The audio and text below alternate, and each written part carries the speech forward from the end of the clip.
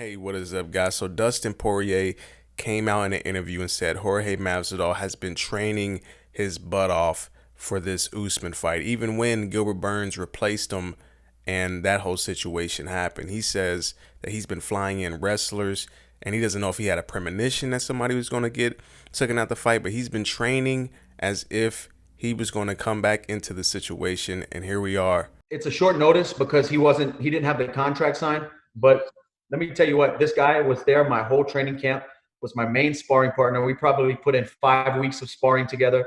He flew in wrestlers, the best wrestlers in the world. I think they put him up, and then the guys are there just for George, just for Masvidal to use. And the guy never stopped training. Even when the fight fell through and they gave it to Burns, it was at the end of my training camp. George was still in the gym every day like he had a fight. I don't know if he knew something that we didn't, but the guy was in training camp the whole time and never stopped. I think he's going to surprise a lot of people with what the kind of shape he's in. His timing is going to be good because he was in my camp the whole time, you know, helping a few guys, not just me. He was helping a few guys. He's in fight shape. I know that much. This isn't a guy coming off the couch. This is a guy who was preparing to fight Usman, and the fight fell through, and he kept training. You know, like I said, I don't know if he just had a premonition, had a feeling, but he was in the gym nonstop. So I'm excited for him. He's a good guy and a pioneer of mixed martial arts. So it's great to see him get these opportunities. So that is definitely good to hear. But what is not good to hear is that Jorge Masvidal's head coach, Mike Brown, tested positive for the coronavirus on Monday. And I hope everything is okay with him, first of all, with his health. But it's also sad because he would not be there to corner Jorge Masvidal. Mike Brown had commented on this saying, "Just heartbroken I'm not going to see Jorge win the world championship in person. Nobody deserves it more than this guy. Nobody has paid more dues. Jorge is also one of the most thoughtful athletes I've ever met. He makes everyone feel they are with him and a huge part of this journey. The truth is this guy has been honing his skills for more than 20 years and developed one of the highest fight IQs the sport has ever seen. As far as being COVID positive, I feel good. The only pain I feel is in my heart." And we all know that Jorge Masvidal had that close encounter with Kamaru Usman. He says he had no idea he was there, and he went on ESPN and talked about it and said what he wished he would have done had he seen him. I didn't know about it till they showed me the video, and that was pretty trippy, man. I'm sorry about the F word, but yeah, I was a little bit surreal there that I didn't, because I have great peripherals, but I just happened to look right at my phone, and I had just gotten my eyes dilated as well, so I had those funky glasses on. So I really couldn't see that well, and it just happened, man. Good for him. Are you glad you didn't meet up with him right then, or do you wish you had? You had a run into the Super Bowl, didn't you? The bigger part of me wishes I had run into him, you know? Just had a hello, how are you type thing, you know? Nothing crazy. Gilbert Burns expresses his feelings about Jorge possibly winning the championship title, saying that it would not be good for the division. He had said if Masvidal wins, things are going to get crazy.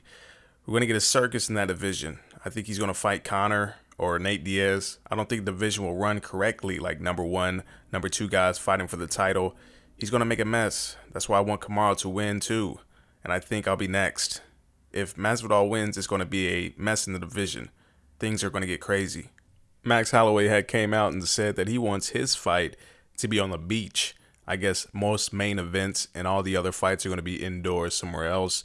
That octagon is used for training purposes, most likely. But Max Holloway has different plans. He says he wants to be on the beach. What up, Fight Island?